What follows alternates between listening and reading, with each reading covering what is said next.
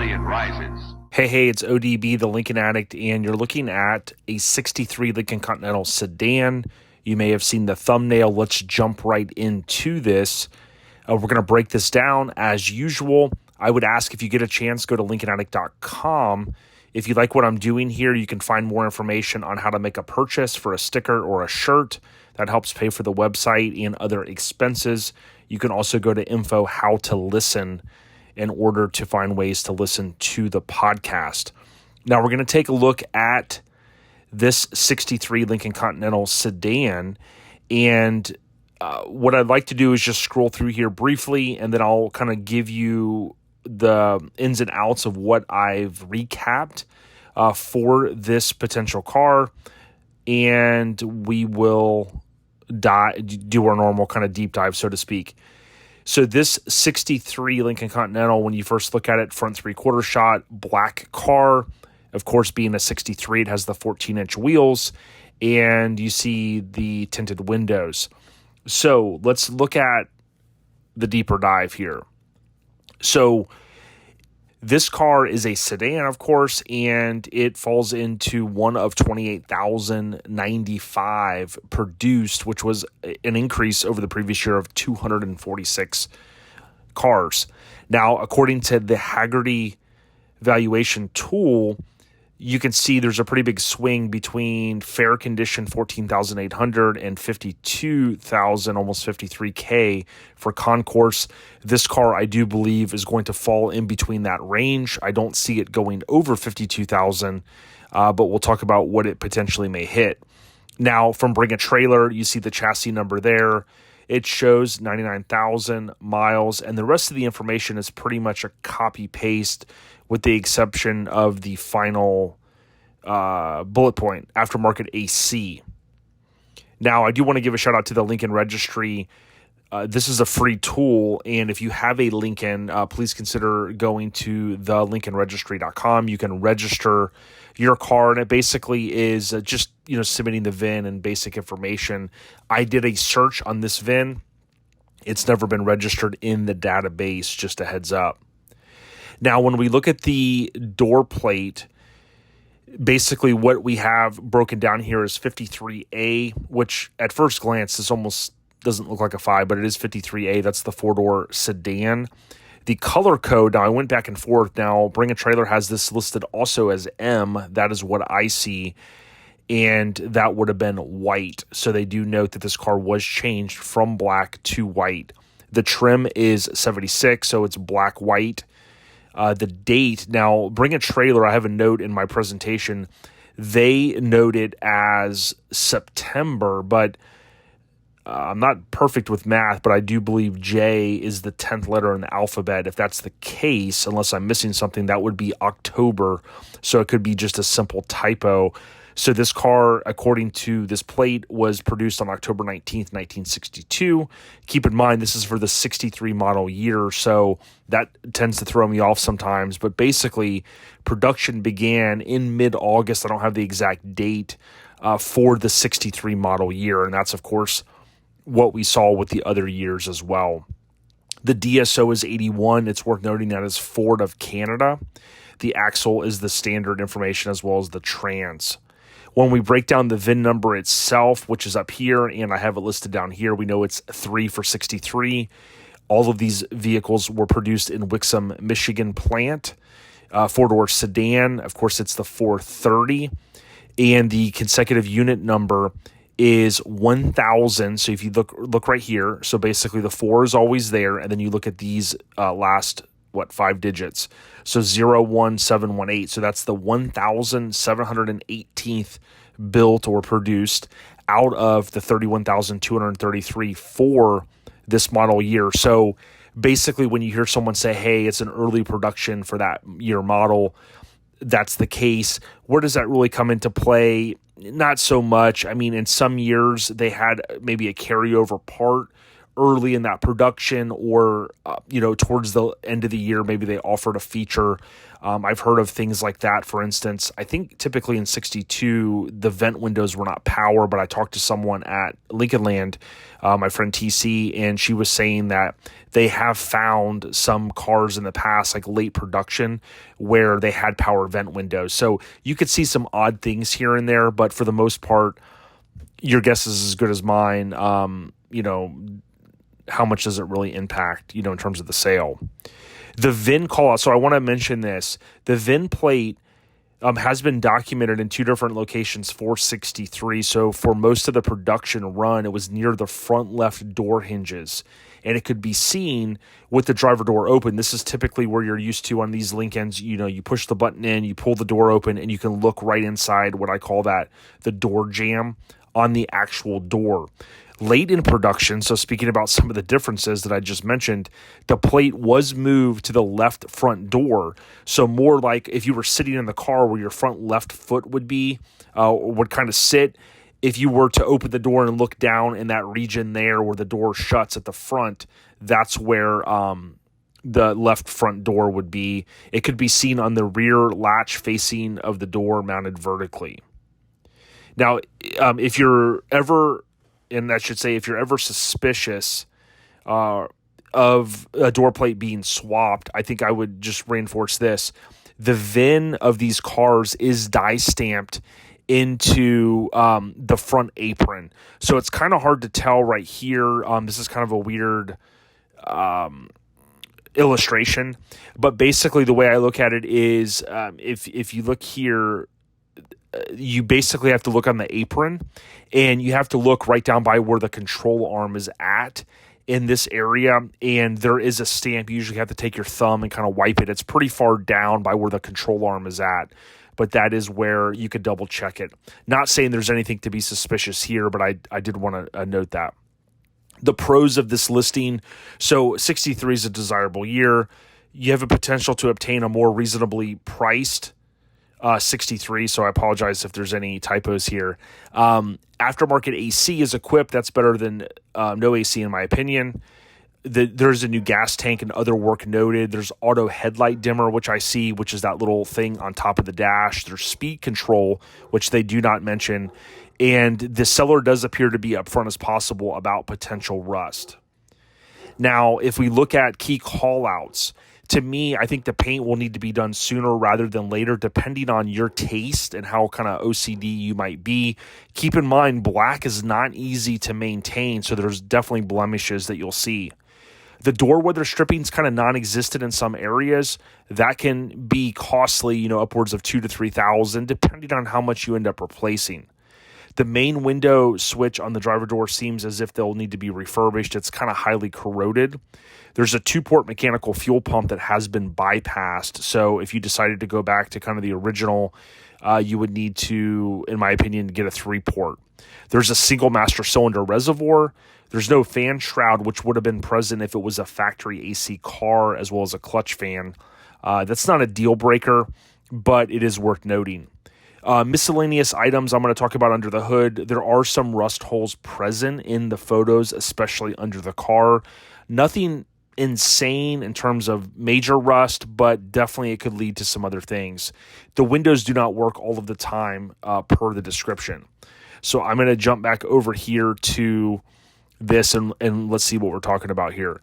So a lot of these photos are kind of, 10, 15 footers, if you will. That's not necessarily a bad thing, but I like to kind of investigate, as you guys know, a little bit more. We can see it does have a Florida plate. I live in Florida. This is a classic car tag in Florida. Those blue plates allow for us to register the car for less per year. So that kind of tells us, that lines up where we understand the car to be. When we start looking a little bit closer, you pretty much see a 4-door sedan that looks like a driver car, in my opinion. Now, it does appear that there is a missing piece here and here on both sides, where these are called peak moldings, where these kind of come down. So that is something there. It does appear that they took off the front license plate, of course. They're going to be selling the car. So this looks a little dingy behind here. A lot of times just soap and water would clean that up.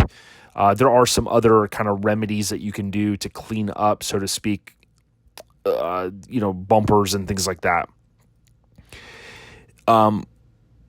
If you look at when I talked about the blemishes, so you can see there's plenty of blemishes. Now, this doesn't normally impact me as much because, again, you guys know that I love the patina, or whatever you want to spin it as, the originality of these cars. But I'll tell you this, if I had a black car, some of this stuff would drive me a little bit crazy. You can see in here, I like to look in the gaps to see how does this look. A lot of times, if these cars have ever been taken apart, or even if they've been painted, when this hood is hinged forward, you'll sometimes see like it'll scrape here a little bit. But bottom line, I think a lot of the things that I would call out in reference to the paint, they fall in line with just under the normal scope of, the car is going to, in my opinion, eventually need to be repainted or touched up in some way. The bumper's not perfect, but certainly, some polish and things like that would go a long way to potentially clean it up. I mean, you look at this front photo and you go, wow, for the most part, the bright work doesn't look too bad against the black paint. If this was a car that I was looking to purchase, I would certainly want to kind of get hands-on and see it, or have someone go investigate it because of some of the rust items that I'm going to mention here, or that we'll look at in a little bit more detail.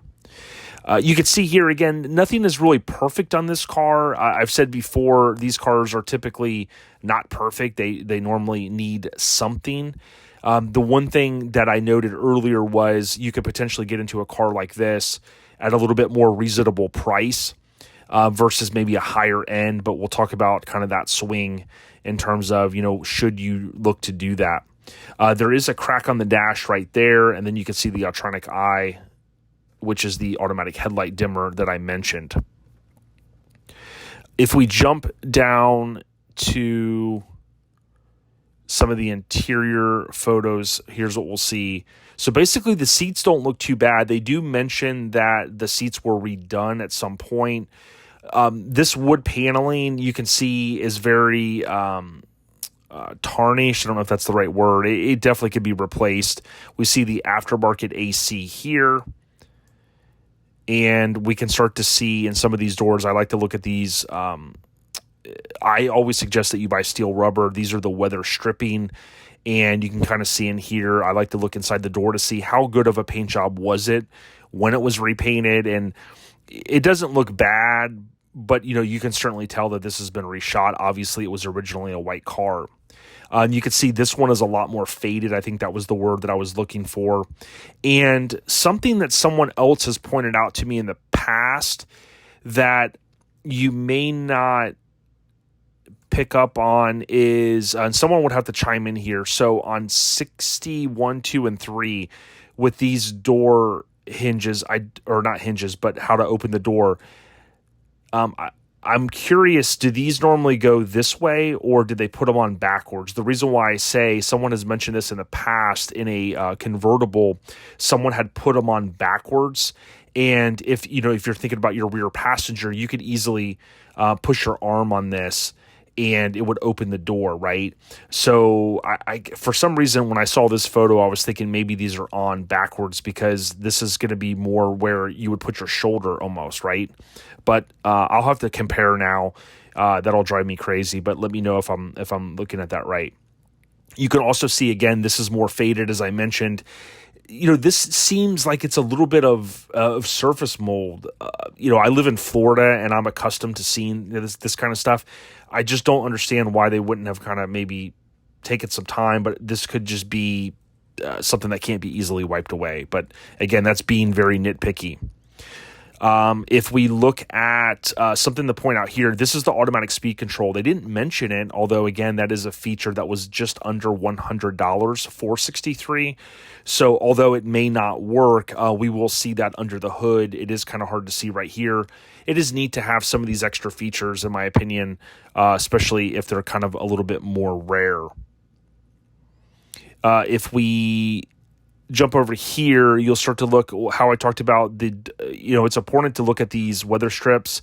and see how good or bad they are. Because again, when you start to go to steel rubber and you're buying all of these pieces, this is what's going to keep the moisture and or water from rain out of the vehicle. So you can tell, like, hey, this car certainly might be one that you decide to purchase and kind of jump in and drive, but it's certainly not on the higher end or higher tier side of things. But again, that's, that would be up to you if you wanted to purchase this car. We can see it does have aftermarket AC. This is not the typical York compressor that we're accustomed to seeing. There is no fan shroud because, again, from the factory, this car was a non-AC car. We can see the single reservoir here. Now, in this photo, it looks like it has a little bit of surface rust on it.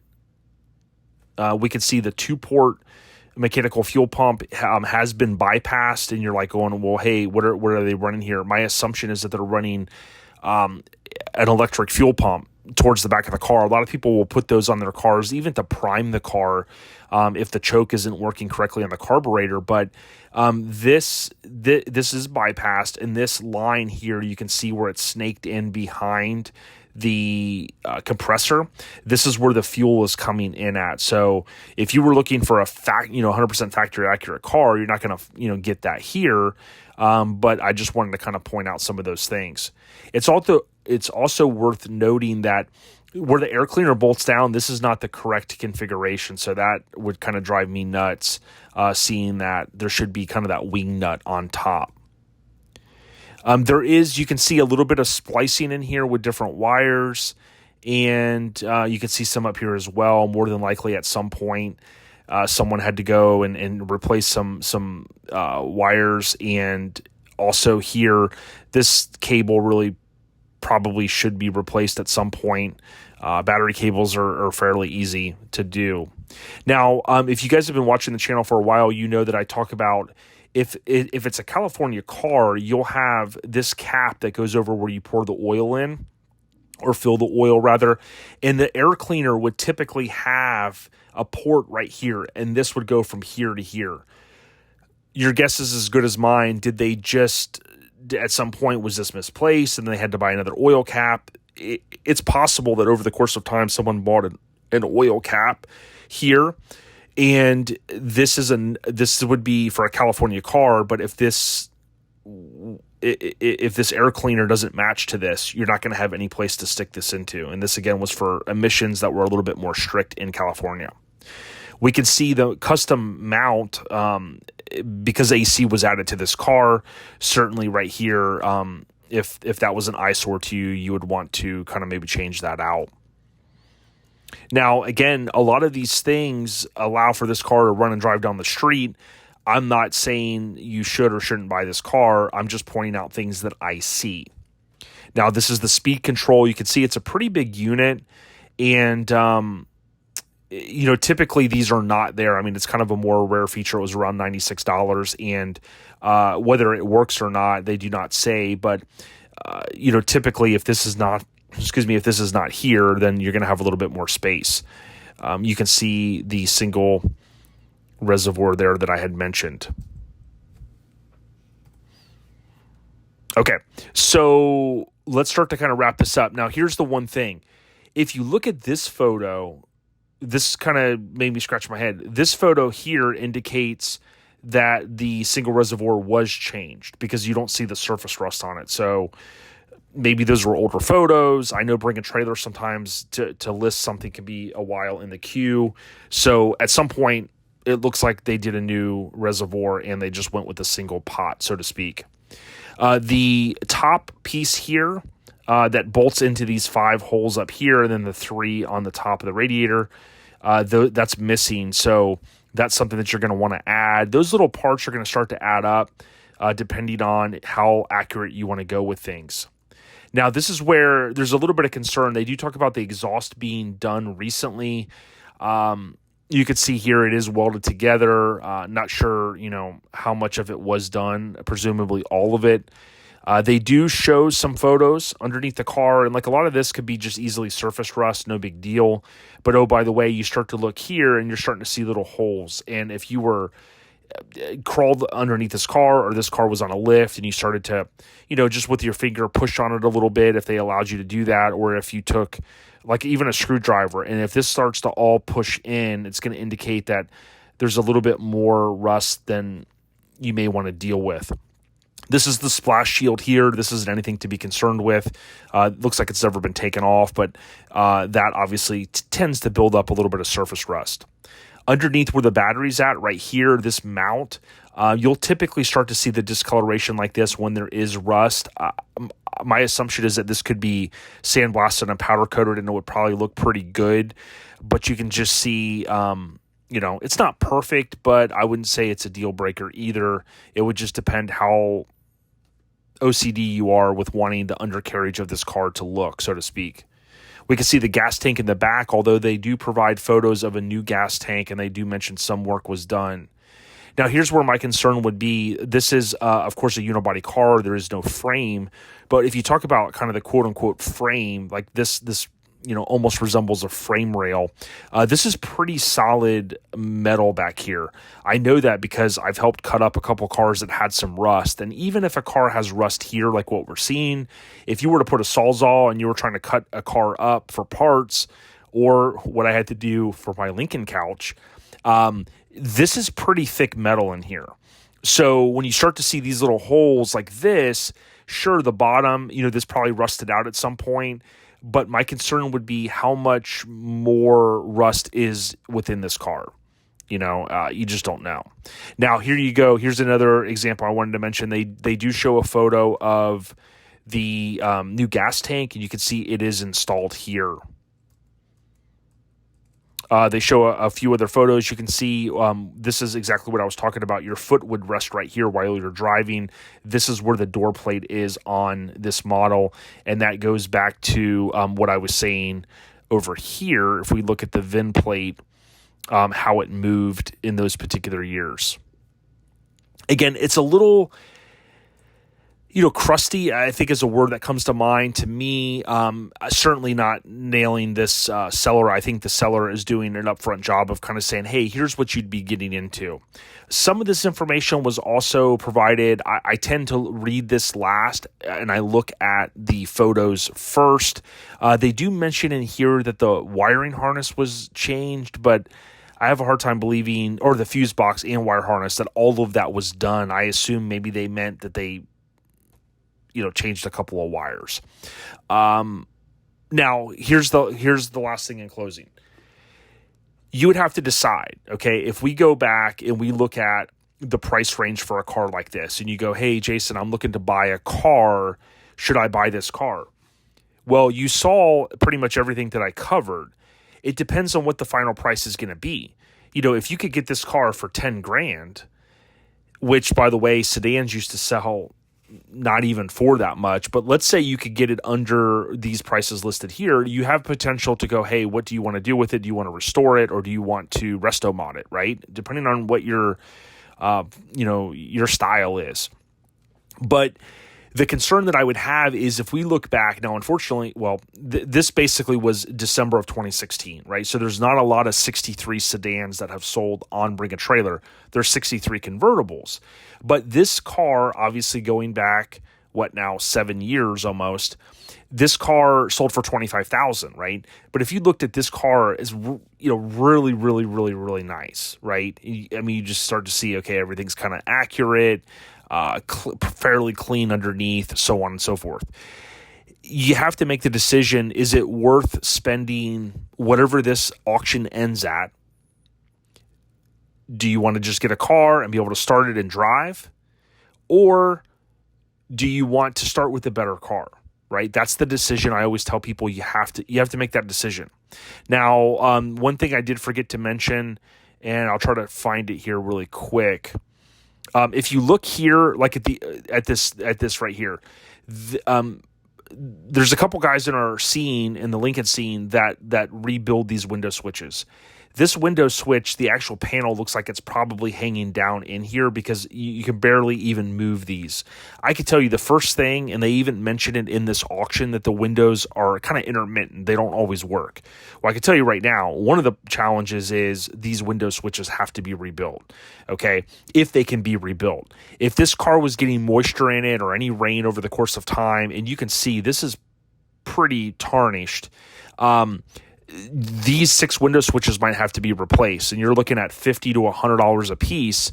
It can add up, and then, oh, by the way, there's 2 on one door and then 1 on one in the back, right? So, you can easily start to go, hey, just to get this car where I can jump in it with my family, feel safe, roll down the windows, and cruise, hopefully with the AC working, you can spend several $1,000s depending on what your expertise is on working on these cars. Now, if we look at the last thing I want to look at here is if I type in aftermarket, it says aftermarket air conditioning, and it doesn't really say if it's blowing cold. Okay. The last challenge I would say is there's no videos. So we don't see, do the windows roll up and down? Again, he does say, the dealer in this does kind of mention that they don't work perfectly, but those are the things to consider. So let me know what you think. I know my feedback to you would be try to buy the best car within your budget. If your budget is lower and you're looking at a long-term project that you want to do father-son, father-daughter, just by yourself over the course of time, and you go, hey, I can get this, and this has kind of what I want. And then, oh, by the way, I'm going to do XYZ to it to bring it back to showroom quality or resto mod it, then hey, go ahead. But just know these cars do continue to come up, especially the sedans. Like I said, if you look at 63, if that's a car year you just have to have, there were 28,000 produced. So good luck with whatever your decision is. Thank you for the support, and stay on the rise. Take care.